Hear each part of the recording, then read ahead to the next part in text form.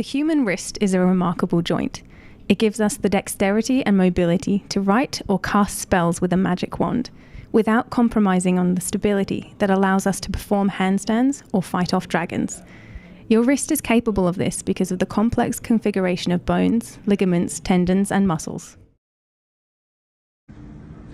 Welcome to spellcasting class. We are going to learn about the muscles and bones of the wrist and which movements are required for the correct casting of spells.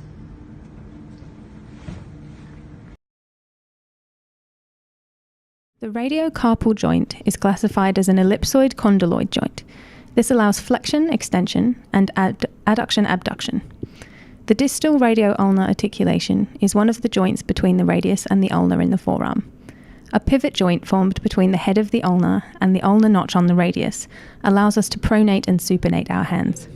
The joints between the carpal bones are classified as plane gliding joints.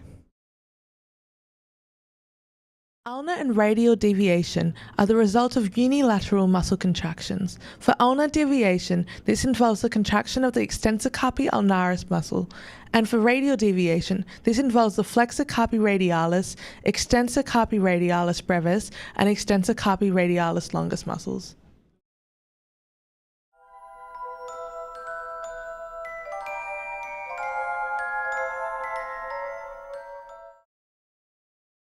Two important flexors of the wrist are flexor carpi radialis and flexor carpi ulnaris. Flexor carpi radialis passes through the flexor retinaculum to insert into the base of the second metacarpal. Flexor carpi ulnaris inserts at the pisiform. In between these two main wrist flexors is the palmaris longus. The tendon of this small muscle lies superficial to those around it. The tendon of this muscle inserts into a dense layer of fascia called the palmar aponeurosis. The three extensors of the wrist are extensor carpi radialis longus, extensor carpi radialis brevis, and extensor carpi ulnaris. Extensor carpi radialis longus and brevis insert into the base of the second and third metacarpals, while extensor carpi ulnaris inserts into the base of the fifth metacarpal.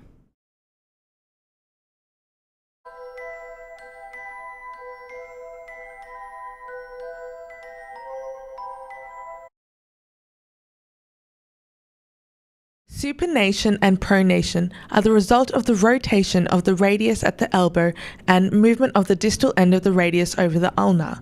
The translocation of the distal end of the radius medially over the ulna moves the hand from supination to pronation. There are two muscles involved in supination and two involved in pronation. Supination involves the biceps brachii and supinator, which are found in the anterior compartment of the upper arm and the posterior compartment of the forearm, respectively. The tendon on the biceps brachii muscle and the supinator muscle both become wrapped around the proximal end of the radius when the hand is pronated. When they contract, they unwrap from the bone, producing supination of the hand. Pronation involves pronator teres and pronator quadratus, which are found in the anterior compartment of the forearm. When these muscles contract, they pull the distal end of the radius over the ulna, resulting in pronation of the hand.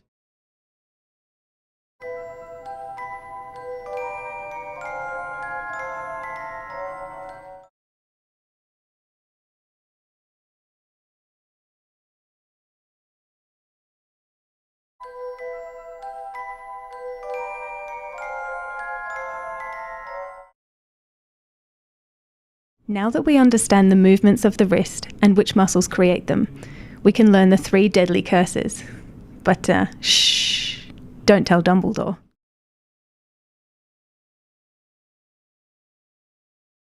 One position, from supination to pronation. First, the imperious curse. You start with extension of the wrist and then flexion, whilst saying imperio.